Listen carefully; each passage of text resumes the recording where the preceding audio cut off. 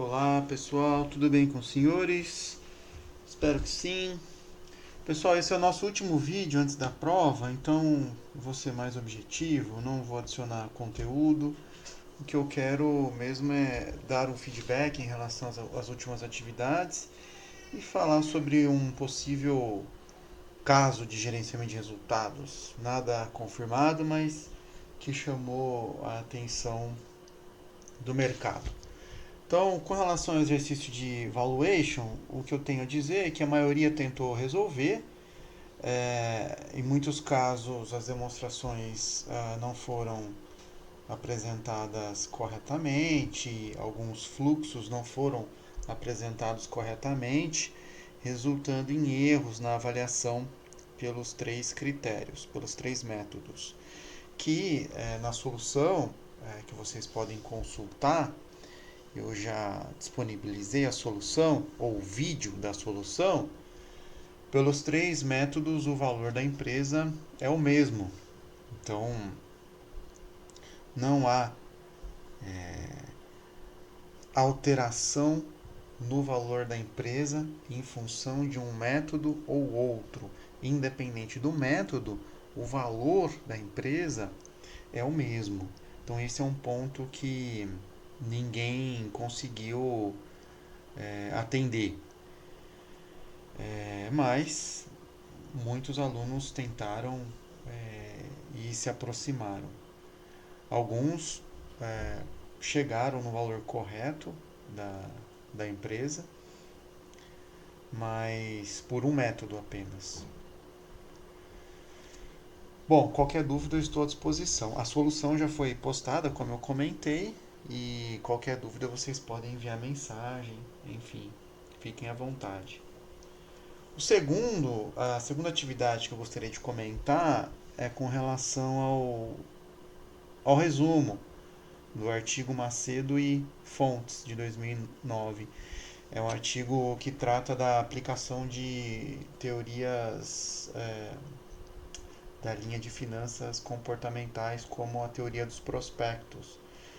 De maneira geral, os resumos foram adequados, colocaram objetivo, colocaram um pouco do método, os resultados, enfim, atenderam bem ao que era esperado de um resumo. A terceira atividade é com relação à participação no fórum. A maioria participou, para ser mais preciso, em torno de 60% da turma participou. Os outros 40% não participaram. Eu gostaria de ver uma participação maior na próxima vez. Tá bom, turma? E, de maneira geral, foram retratados casos da irracionalidade do mercado, excesso de confiança, conservadorismos. Tivemos respostas bem elaboradas, outras mais simples, mas, de maneira geral, a turma atendeu bem o que era esperado, os exemplos, e colocaram as fontes também.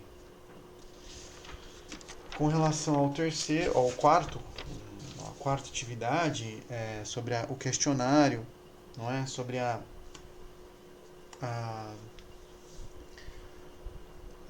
a maior utilização do valor justo nas demonstrações contábeis. O que qual era a opinião. Muitos foram mais diretos em relação a essa resposta, outros precisaram se apoiar em alguma literatura, enfim. Eu não exigi a apresentação de uma literatura para fundamentar. Era mais para saber a resposta de vocês, o que vocês pensavam em relação ao assunto. Mas, se você citou algum artigo, alguma literatura, excelente. Isso pode ser feito sem nenhum problema, sem nenhum prejuízo na atividade.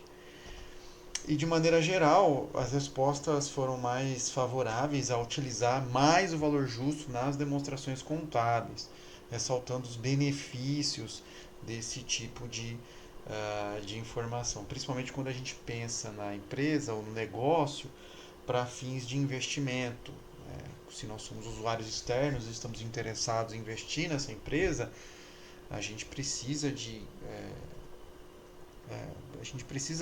tomar algumas decisões, e essas decisões elas são direcionadas para a avaliação do ativo, a avaliação econômica da empresa. E o que mais se aproxima disso é o valor justo. Então, de maneira geral, essa foi a sugestão da turma. Outros não. Outros sugeriram não utilizar, foi a minoria. Poucos sugeriram não utilizar o valor justo, ampliar a utilização do valor justo, em função de algumas limitações da técnica, principalmente para casos que a gente utiliza tem mais subjetividade, mais julgamento, que são os casos, são ativos com ausência de mercado ativo e a gente tem aquela dificuldade para fazer a avaliação. E o que pode abalar, diminuir a confiabilidade do mercado naqueles números. Então, de maneira geral, essa foi a resposta. Eu, particularmente, eu estou satisfeito em relação às atividades. Vejam, refaçam o exercício de evaluation para ver se vocês entenderam. A solução está disponível no Store. E qualquer dúvida, me procure, tá bom? Com relação ao caso, antes de comentar, eu gostaria de ressaltar essa leitura complementar que eu disponibilizei no Stoa recentemente, que é sobre o efeito do vírus nas demonstrações contábeis de algumas companhias. E eu falei sobre bancos e instituições financeiras que poderiam basicamente sentir mais os efeitos da crise. Em função, obviamente, vamos pensar no efeito dominó causado pela crise. Empresas com dificuldades financeiras em função da redução no volume de atividades, empresas com dificuldades financeiras podem reduzir o número de colaboradores, aumentando desemprego nas economias, e as pessoas e até mesmo empresas com restrição no fluxo de caixa, redução no orçamento financeiro, elas podem ter alguma dificuldade em pagar as prestações de alguma dívida, de algum parcelamento, enfim. E essas dificuldades se refletem na estimativa de perda do banco ou de outras instituições financeiras, que são, nós estamos pensando na PDD ou na PSLD, que são as perdas estimadas para créditos de liquidação duvidosa, aquele modelo que o CPC 48 instituiu para que as empresas representassem, trouxessem essa incerteza para suas demonstrações contábeis. E, claro, com o efeito do Covid, isso tem que ser revisto, não é? Então, o IASB, o board, preocupado com os efeitos da crise, divulgou esse material no site, que você pode ler com mais atenção. Bom, e recentemente o Bradesco e o Santander, como que eles responderam a isso? Eles divulgaram as suas demonstrações contábeis do primeiro trimestre de 2020, não é? E surpreendentemente, com expectativas diferentes em relação ao comunicado do board e também em relação ao que o mundo está, digamos, vivendo.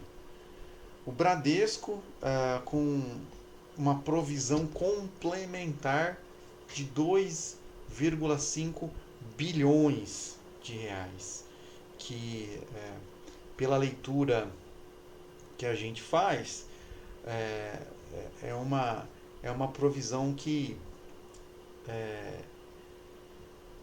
digamos assim, ele foi mais pessimista em relação ao que poderia acontecer nos próximos meses. Então, baseado nesse pessimismo, ele reconheceu essa provisão complementar de 2,5 bilhões. Agora, como a gente avalia se ele aplicou na íntegra, aplicou essa recomendação dos órgãos internacionais ou de outras instituições que acompanham o trabalho e o resultado dos bancos? A gente não sabe qual foi, pensando em uma escala de 0 a 10, qual foi o excesso de pessimismo que o Bradesco aplicou ao, é, ao reconhecer essa perda adicional em função de revisão é, dos créditos ou do fluxo de caixa que ele tem a receber nos próximos meses. O que chama a atenção do mercado é que o Bradesco já tinha um resultado fraco para o primeiro trimestre de 2020, devido principalmente a área de seguros, previdência e capitalização. É claro que outras áreas também contribuíram. Então, de acordo com algumas notícias, algumas